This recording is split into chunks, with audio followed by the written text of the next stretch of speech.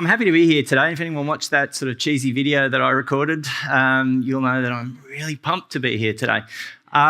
So what I'm here today to talk about, so I'm from Enhanced Research and I'm here, this is the third line of defence for research, and here to talk about finding the hook on which we can hang social marketing campaigns. So if anybody's looked inside the little brochure program inside your lanyard and you're expecting me to be finding a book, there's no hidden books.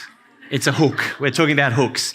And I think, we are, we're a market and social research sort of organisation, and we work on a lot of research that feeds into a lot of sort of behaviour change and social marketing campaigns, much like Penny was talking about. So I suppose the initial question that we have is, well, why do we need a hook?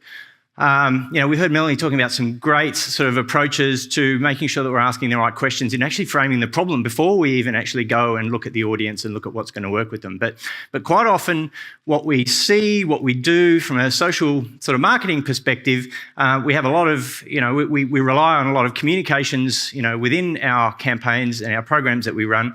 And effectively we need some hooks to hang some of those messages around. We need some things that are going to resonate, that are going to work with the audiences in order for them to be engaged, whether that be engaged at a behavioural level, whether that be get them engaged at an attitudinal level. So why do we need the hook? And I think it's fairly self-evident. One of the key reasons, I'm not suggesting this is, for anyone in this room, but many well-intentioned campaigns in this space will fail. They just won't work. And quite often that is down to the fact that, we have missed in some way the engagement with the audience that we need to talk to, or we've missed some sort of understanding of what are the key needs of that audience that we're talking to and trying to get them to make some sort of change, whether it be attitudinally or behaviourally. We are missing some relevance in terms of the messaging. We've got stuff that's just going over their heads. It's not meeting what they're looking for. And, we can start to move into the whole media space here. It's through a lack of, relevant targeting or appropriate targeting. We're actually not getting, even if we do have the right messages that are engaging with the right people, we're not actually getting it to them. So these are all challenges I think that we face on a day-to-day basis from a research perspective in trying to help our clients that we work with, help our organisations that we work with to develop and design, some of these campaigns that are going to change people's behaviour, in the direction that we want them to go. So we can talk about processes and we can talk about, steps. What are some of the ideal steps that we need to take? And that really depends. In an ideal world, I haven't necessarily come across an ideal world scenario yet in 20 odd years of doing this sort of thing.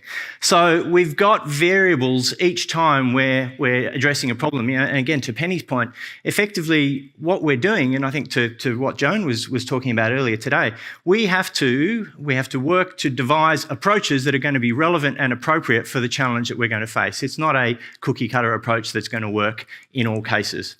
So it really depends on the topic that we're talking about.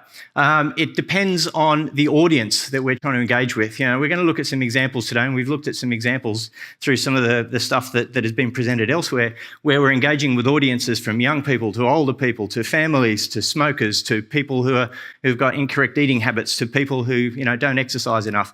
We've got different audiences and they have different needs. Also, there's the time, and I'm going to challenge that particular one there as we move through. I think, time, and I think, maybe for next year's conference, Sharon, sitting there, Melanie, talking about taking that time to think and to reframe our problems. How do we, in an era, in an age now where agile and iteration and quick movement is what we are encouraged to do, how do we sort of strike that balance between the time that we have and the time that we need to actually come up with something that's going to be effective? So I think that's a bit of a key challenge, and I think I'm going to be contentious at the end and say there's always time to do this right, because I've never seen a campaign that's actually been rushed out the door that's worked terribly well. And then there's everybody's favourite, which is budget. And to Peter's point earlier, and how budgets are framed and how budgets are put together, I think is something that we can work on as an industry. But clearly, the budget available to us in order to look for these hooks, to find what is going to work for our audiences in order to drive these campaigns forward is something that we need to take into consideration. And I'm not suggesting that we always need bigger budgets, because there are ways that we can do things. It doesn't always necessarily mean we have to run a large-scale research project to actually get somewhere. There are different ways of finding hooks. There are different ways of finding insights. So, one key point I think, that I want to leave people with is there's always time. There's always time for research. There's always time for interrogating the audience. There's always, interrogating is probably not a good word. There's always time for, researching the audience, researching the market, researching our targets, segmenting, all of that good stuff that we know leads to good outcomes.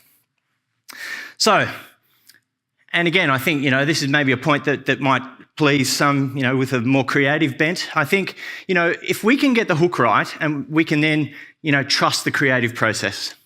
So really, I think, if a strategy for a behaviour change campaign or a social marketing campaign properly leverages the right insights, then the creative process should flow. And we should actually be able to get to something that is going to do its job.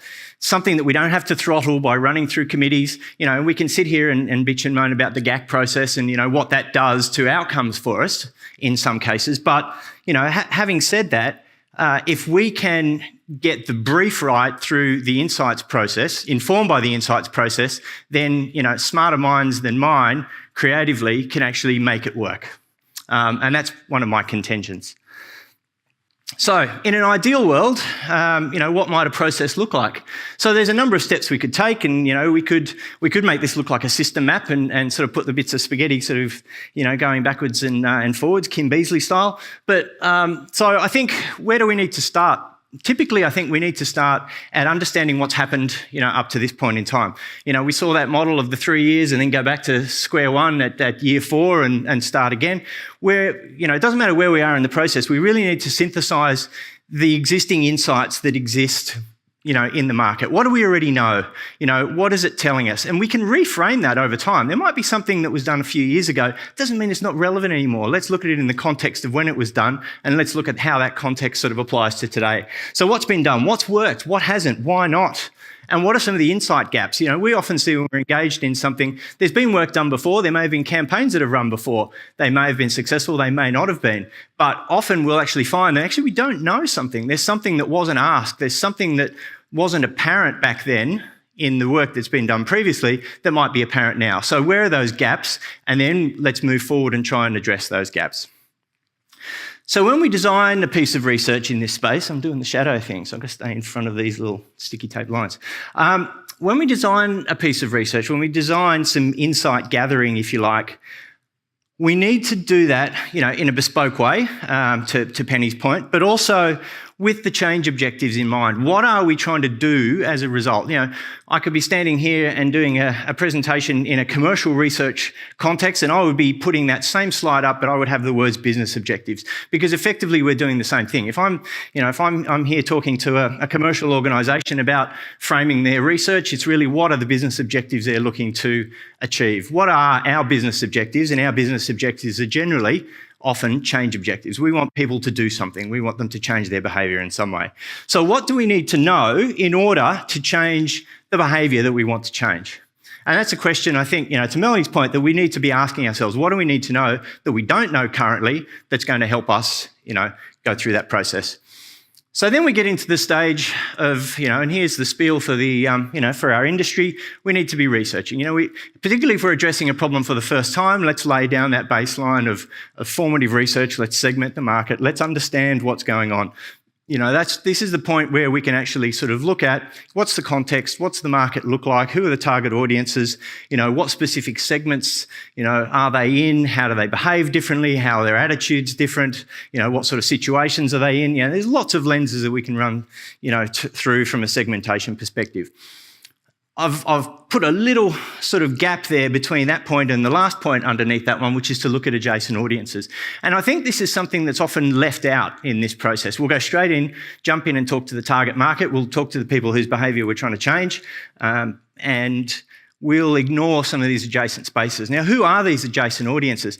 Quite often, they might be people or groups like stakeholder organisations. We're doing work, I'll use an example, sort of coming up where we're talking about work in the sexual health space. We've actually done a bit of with Sharon and the team. The first stage of that research was sort of immersing ourselves in with stakeholder organisations. So these are organisations that run sexual health clinics that sort of deliver services to specific audiences that we were looking at. So we might be looking at stakeholders that are delivering stuff specifically with clinics focusing on health generally, but sexual health specifically with particular audiences. Like there could be the homeless. There could be with Indigenous audiences. They could be with specific sort of cultural groups. So understanding what some of these adjacent audiences actually know about our audience and what we know what they know that our audience knows and doesn't know, I think is a useful first step before we actually go out and talk to everybody. And we'll see in an example, with some of the work that we've done where, the stakeholders actually alerted us to a particular issue to look out for when we went and researched that target audience that we might not have been aware of if we hadn't spoken to those stakeholders. So that's that formative stage. Then we can talk about, coming out of that, going into some strategic validation. This is where the bright sparks can do their work and we can come up with some ideas and we can stress test those ideas. We can stress test the motivations behind those ideas. We can fine-tune messages. We're probably all familiar with needing to run the beauty parade of creative ideas, which we do. And it's not a case of, what's wrong with this execution or what's wrong with this idea. It's what works, what doesn't work, and what are the elements that we need to leverage and what are the elements we perhaps need to put to bed. And we can sort of validate the go-to-market concept at that point as well. We talked about one of the reasons that some of these campaigns can fail, and one of those reasons was that we're not targeting appropriately or we're not getting to audiences appropriately. It's at this point that we can look with the audiences at what's going to reach them, what's going to work. Then we test and iterate, and I think certainly I shouldn't say a concession, but certainly what we're seeing from an industry, from a market sort of perspective, the move to iteration. We need to move quicker. We need to iterate ideas. We can test. We can refine our ideas. We can iterate based on what's working. And I think there is the flexibility within a well-designed campaign to be able to do that. And then hopefully, I shouldn't say hopefully, because if we followed these steps and if we've done the right things, we should be changing some behaviours. And this is the point where we start evaluating. We measure the successes. We look to all the different measurement sources in terms of evaluating the success of the campaigns, the ideas. We can identify improvements, what perhaps hasn't worked as well, where can we improve on the next iteration. We can look to the future, and then we can also better support those sort of future campaign ideas, and then we can iterate again. Because, if we're going to have something that works for a long period of time, it by necessity isn't necessarily going to be completely static, so we need to be building on top of things. And what we'll see, sometimes over that 3-year, 4-year, 5-year campaign horizon, is that we can see iterations of things over time. And it's always fascinating when you go and put one of these presentations together and you go back and look at the work that we've done and we look at the, multiple iterations of a particular campaign you've worked on and look at, how we've managed to address different topic areas or different challenges under that same campaign umbrella that we hadn't even envisaged 4 years ago when we started it. But because we've got the right creative idea and the right vehicle, we're actually able to do that, to address that. So, hooks. Sounds superficial, but hooks can be found in a number of locations, multiple locations. It can be from as simple as what people want, what they do, what they don't do, what stakeholders and experts know, as I sort of talked about earlier, what people are saying. So we're going to talk about language, terminology, what they're verbalising. What do they know? We spend a lot of time from a social marketing and behaviour change perspective looking at education. Sometimes that's appropriate, as we heard earlier. Sometimes it's not appropriate. But what do people know? Where are those knowledge gaps? Because that is going to sometimes inform what we do. And what do we want people to know? Obviously what we want them to do, but also what we want them to know, so from an educational perspective. So when we're putting a campaign together, all of these types of issues are things that we perhaps have a look at to identify, things that we can hang elements of the campaign on, particularly from a creative idea perspective, from a messaging perspective. So identifying needs through that formative research. The traditional approaches, we've seen time and time again can yield successful outcomes. So we heard Joan sort of talk earlier about, segmenting the market, Penny as well. And again, these sorts of approaches, and we'll look at a couple of case studies here, where we've been able to see some successes from those. So case study, from something that's just been sort of recently done, but how do we encourage, in the domestic violence space? We heard a bit of talk about that earlier today. How do we encourage bystanders or people who are witnessing or seeing, examples of domestic and family violence? How do we get them to do something about that? So this is a campaign that's been developed sort of just recently and launched this year here in Queensland.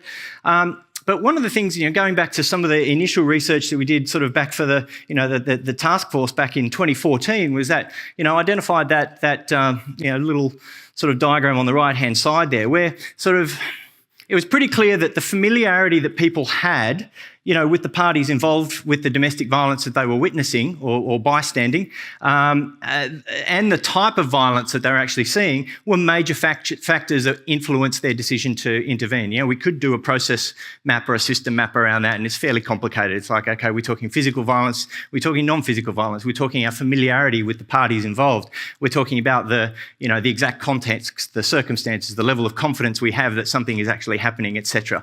And all of these things, when you look at it, we can default to the default position, which is do nothing, because it's simpler to do that. So one of the challenges that we have, given that, the community expects that addressing domestic and family violence is certainly there's a role for perpetrators, certainly there's a role for victims, certainly there's a role for government and support, but there's also a role for the community. There is a bit of a grudging for some people, sort of acceptance of that. For others, it's certainly a more open acceptance. But there is a role for bystanders in ending this issue of domestic and family violence in our community. So we need to be focusing, the research was telling us, when talking to people over time, on familiar scenarios and addressable behaviours. It's too big a leap for us right now to go and look at trying to encourage people to do something about violence that's non-physical, for example, with people that are completely strange to them. So non-physical violence between strangers is something that people are just not willing in the community to take that leap to actually do anything about.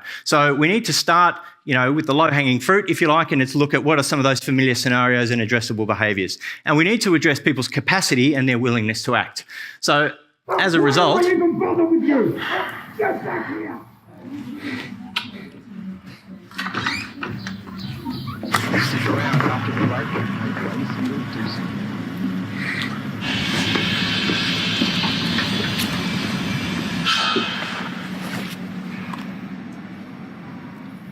Domestic and family violence stops with someone like you.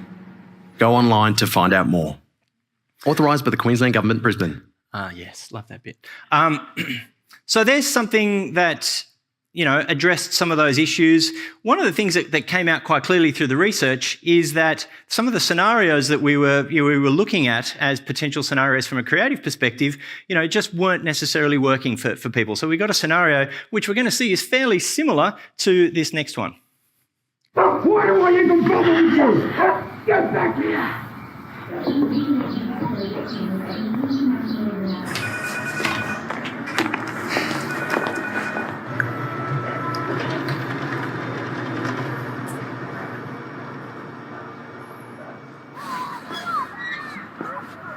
Domestic and family violence stops with someone like you.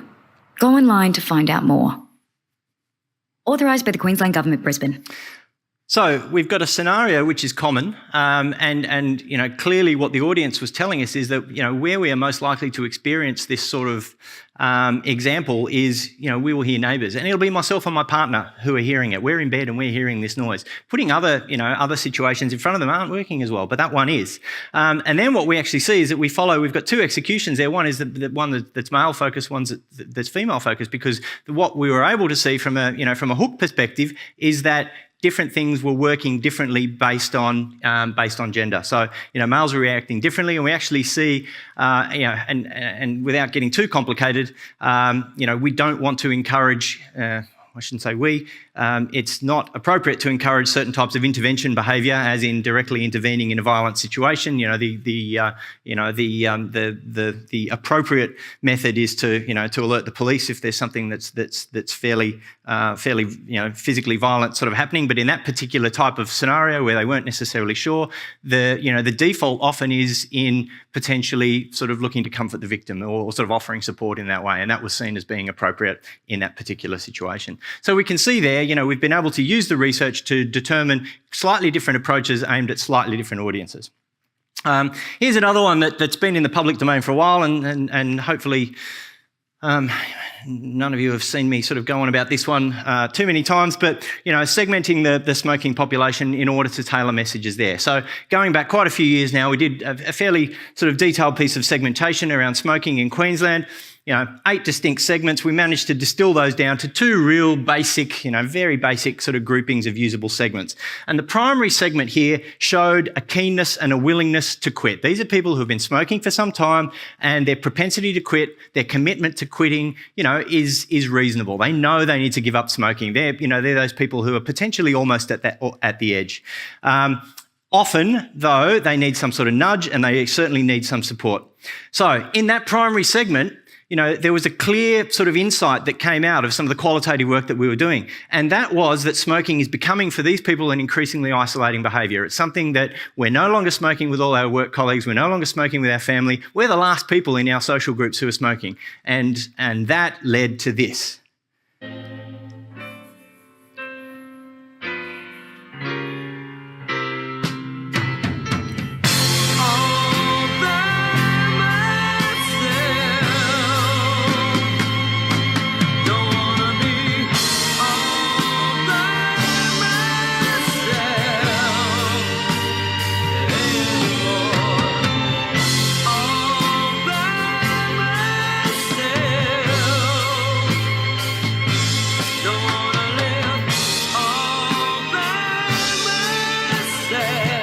If you're thinking about quitting, you don't have to do it alone.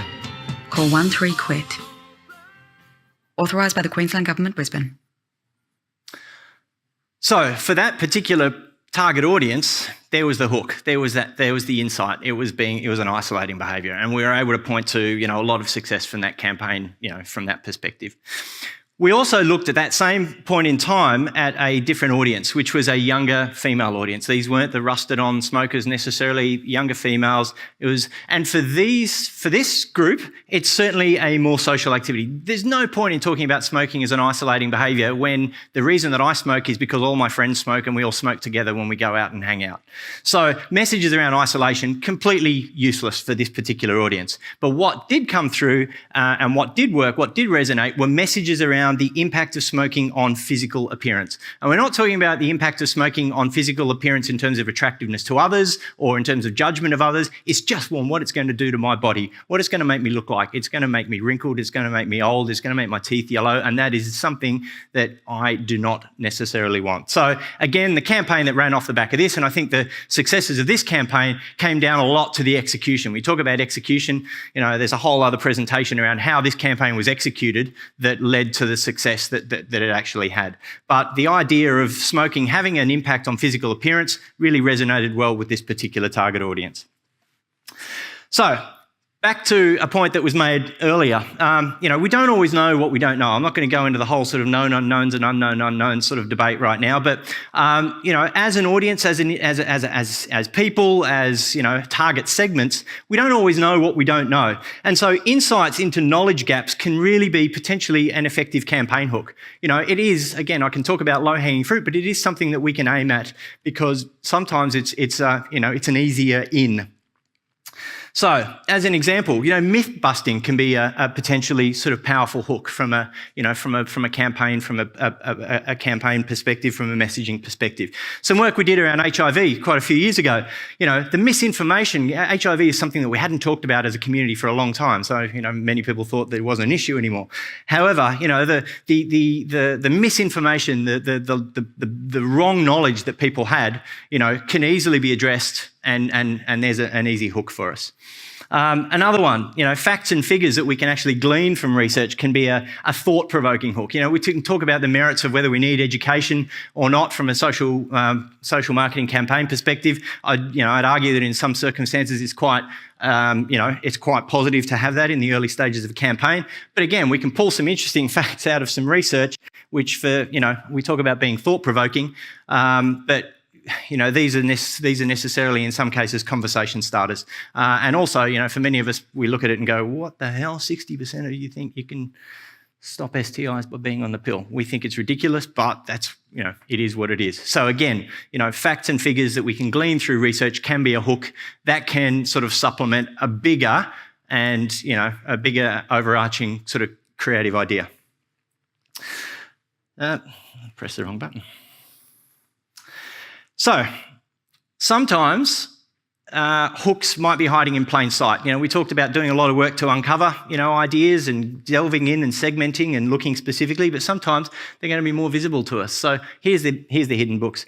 What we can do is we can be conscious of the language that we use and what it means to people. And so this is something that, often I think is missed when we do research, primary research, qualitative research, when we go and talk to people, when we listen to people. We need to listen to the language they're using. We need to listen to the words, they're using. We need to put our language in front of them to work out whether they'll accept our language. If anyone's worked with, departmental program areas, for example, will know about the language and the terminology and the TLAs, the three-letter acronyms that they might throw around with abandon, but what does it mean to the target audience? And so the example here, cycling and riding a bike aren't necessarily the same thing. Doing some work around cycling encouragement, what does cycling mean to people? Cycling means that. Riding a bike means that. We're trying to encourage people in Queensland to do that, to get out on their bikes with their kids and ride their bikes. Let's not talk about cycling because they think about that. So something that sounds pretty obvious, but, it's in plain sight. Some words work as hooks. Others can do the opposite. Feeling good, personalised, support, team of professionals. Nice words, worked well when we were talking about this particular idea. A word like eligibility, check if you're eligible. Ooh, don't use that. So here's how we addressed it. You don't do it for the mirror or for the scales. You do it because it feels good. It feels good changing habits and kicking goals. Start feeling good now with a program personalised to you and have support from a team of health professionals. My Health for Life is a free, healthy lifestyle program funded by the Queensland Government. Find out if it's right for you at myhealthforlife.com.au. Find out if it's right for you. If we'd let them go ahead with check if you're eligible, what do you think the success rate might have been?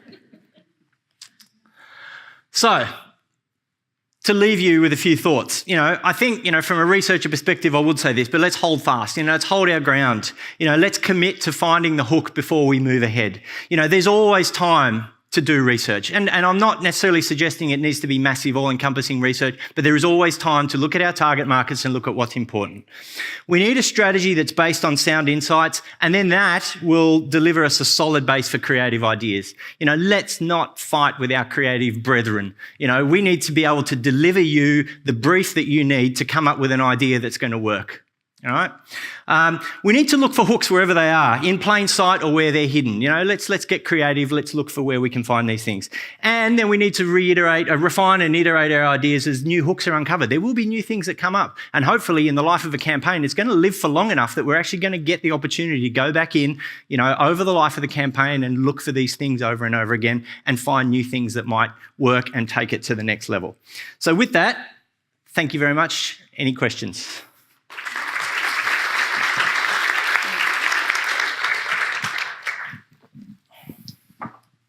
I actually used I didn't, it's gone, look at that.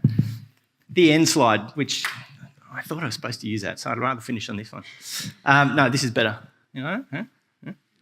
Seeking your advice on there's always time for research. Yes. We work in biosecurity, so there's often time in peacetime to do research and get some generalist behavioural information, and it certainly can inform many campaigns.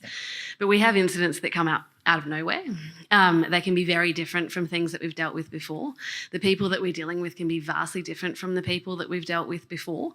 And the situation comes up quickly, it gets communicated quickly, and what happens in that first week or two can potentially be quite detrimental to an industry while we gather our thoughts and then over the longer time enact great programs. Have you got any advice for what we do in those first few days?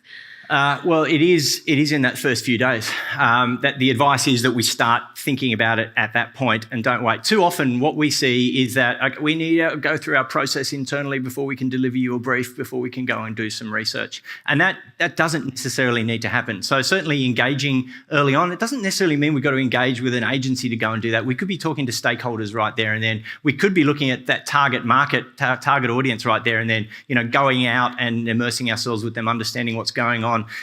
We should be looking at what they're talking about, so this is our opportunity to tap into our social media listening and other programs that hopefully we've got going on an ongoing basis. And we should, in many of those cases, you've probably got stakeholder groups who actually can speak for parts of those industries, and it's really tapping into some of the knowledge and using them to get back into the industry participants really early on in that piece, not waiting until you've iterated, what you're going to do and then going out and testing it. So making sure you've got something that is put on the table when you're actually talking about what we're going to do about this. Sorry, can I just also add, I think the best research is stuff that gives you capacity building for the departments that we work with. And so we would suggest to do, in cases like that, we've worked with clients like you before who do a lot of what-if scenario planning. So you may not know the exact nature of what the issue could be, but the idea would be that, there's a range of issues that in the characteristics of A, B and C, we've researched this already and we know that the best kind of approach is these sorts of messages and appropriate sort of stakeholder engagement. In the cases of D, E and F, so you actually can do some scenario planning work, just prepare for that. You won't, as I said, know the exact problem, but the whole point of really good research that helps capacity build is that you've got enough to know that in a situation like this, I reckon this and this would work best, because we've already done that work and we've worked out the sort of things that work and the sort of things that don't work and why. So you can still kind of have the opportunity to use research to make an educated guess around the fact that, despite the fact you're not literally going to know until it happens. Yeah.